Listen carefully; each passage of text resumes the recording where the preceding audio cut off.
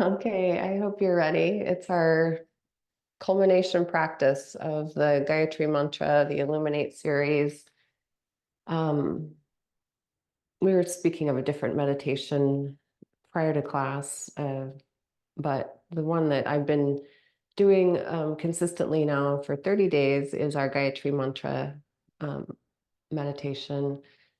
And it is something that is just starting to really fill my heart, and the illuminatory aspects of repeating it over and over and over again.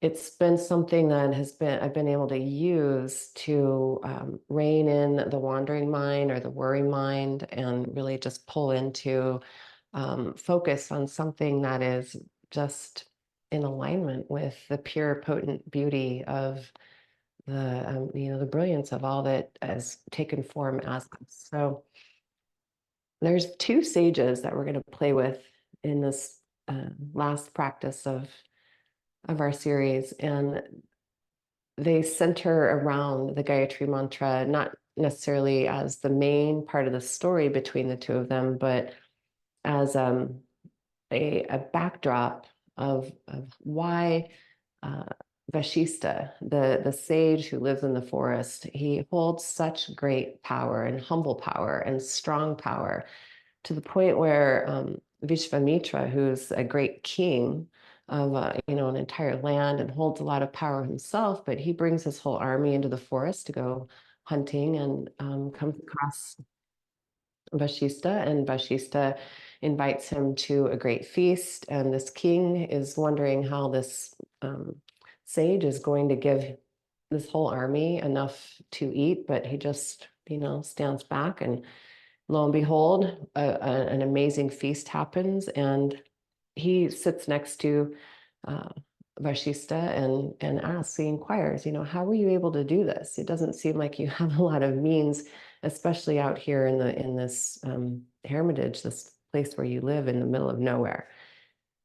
And Vashista says, well, he's very forthright and very open. He says, I have a magic cow, and this magic cow enables me to produce anything that I need in the abundance that serves. Well, being a great king, Vishvamitra goes, well, I could do better with that. I could take that cow and take it to all my people, and we could really elevate what's happening more than this one person here could do. And so he starts to get his alignment with power and what he could do with it a little out of touch. And but she's just like, you know what, it's my cow and it's my magic, and it's so I don't think it's going to work for you. You don't actually know how to hold the steadiness of what this is actually about. And being told that by a lowly sage brings Vishvamitra to anger. And he then starts to want to just take what he wants and to do it with force. So if we remember that we're all characters in the story, there might be something in your life that you're grasping for. It could be a yoga pose on the mat that shows up for you, where you're like, yeah, I really want that. I want to make it mine. And yet we don't have the steadiness to hold the energy, and to expand the energy in a way that's life affirming, and to really know the essence of it.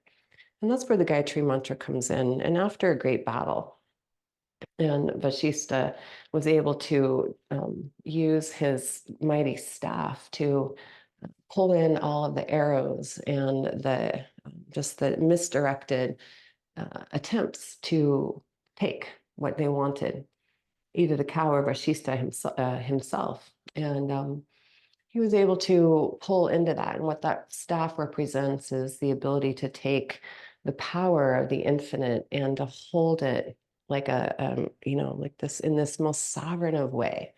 And so therein lies the mantra. And that's, if you listen to what's going on around Vashista's hermitage, he's constantly offering this chant. And this chant is said and recognized by practitioners all over the world to illuminate the power of the one, the sun, the infinite wellspring of energy and life and love itself. And we just become able to hold that energy.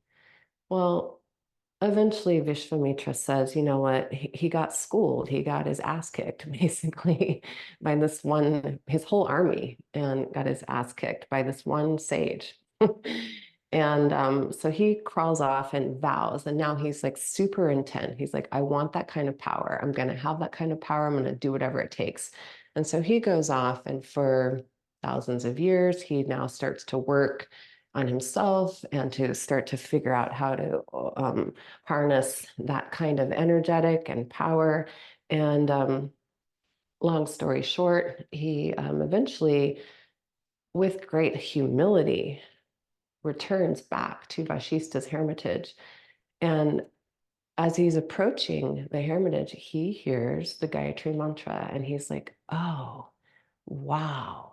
Because he has been able to bring it into himself as well. And I know some of you have. I know some of you have been working with the mantra, you've been learning it line by line and letting it sit. And some of you, it's never going to resonate at this time.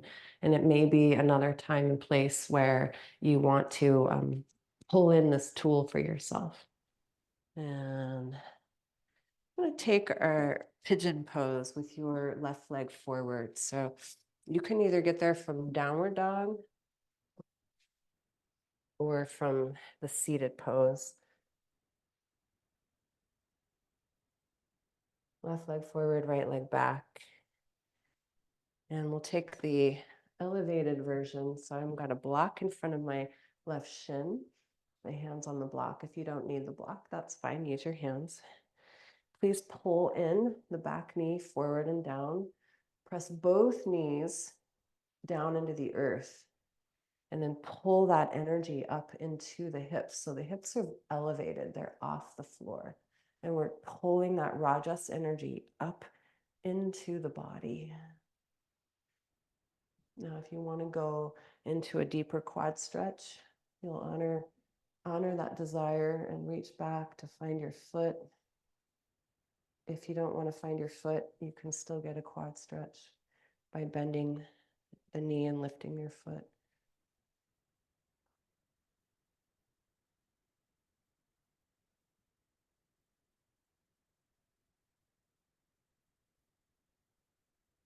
Slow and even breaths.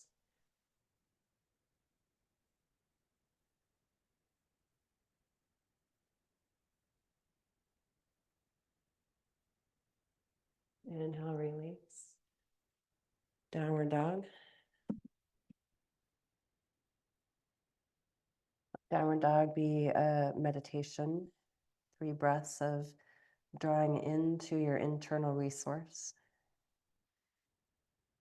And that was really the big message that Vashista had for Visvamitra.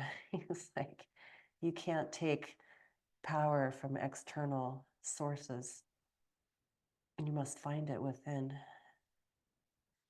Step forward, light legged.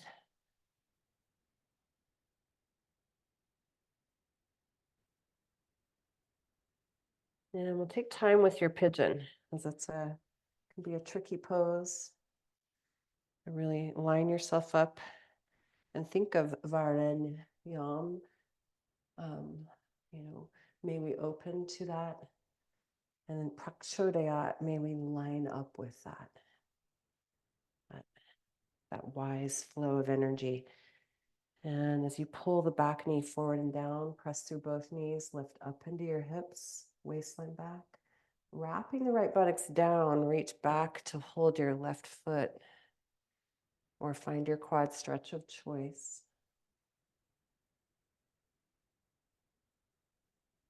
Breath in, breath out.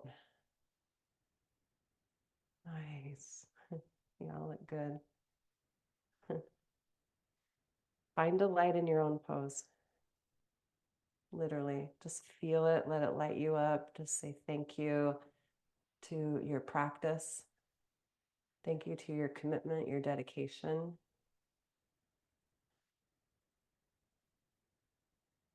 And downward dog.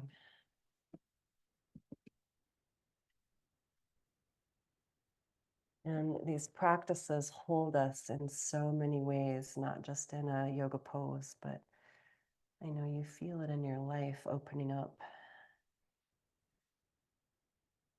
All right, Vashisthasana. Turn all 10 toes to the right. And see if you can reach down to hold your right foot. Right hand, right foot. Pull the knee up. And maybe extend that right leg to the sky, your foot. Yeah. You got it. If you don't hold the foot, that's fine. You know how to do it without. Now here we go. Right foot forward, lunge. There you go. Place the right hand. Turn the left foot out. Now see if you can hold your left foot with your left hand. No, your right foot with your left hand, sorry. And now push down through that left leg, the one that's back behind you. Make it strong. And lift the right foot out to the left. You got it. Now lift that left elbow and see if that right foot will come forward any amount. Yeah. Inhale and wind. That was Visvamitra's pose. Come down to your knees.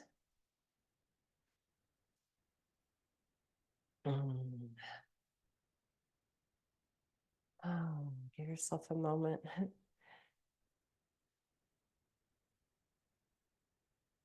Then if I'll give you those two postures, you can watch as they take Vashisthasana. It's same foot, same hand.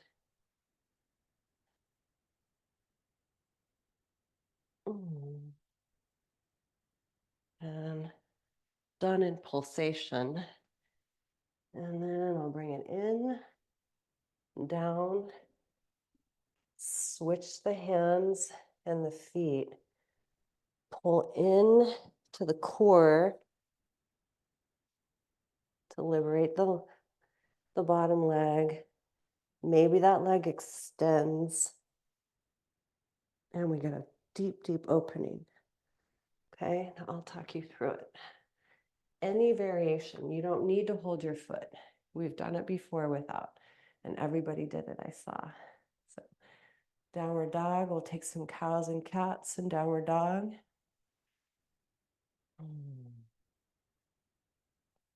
And just come into, mantra. Let the postures be your prayer, your offering.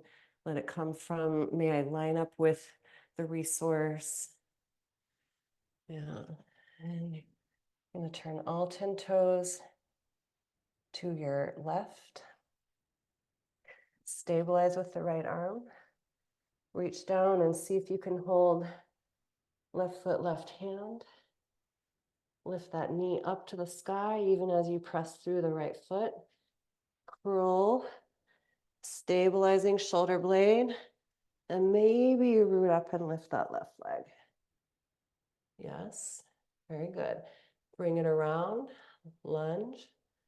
Perfect. Take a breath and place left hand on the earth. Reach down to hold the shoelace side of your right foot, or left foot, right hand. Turn your right toes out like warrior two. And pull that left leg in towards your heart. You got it. Now root down through left arm, right foot, lift the right elbow, curl the heart to the sky. Nice, everybody. Yes. And inhale, come out. Oh my goodness. Namaste. Much love. Thank you so much.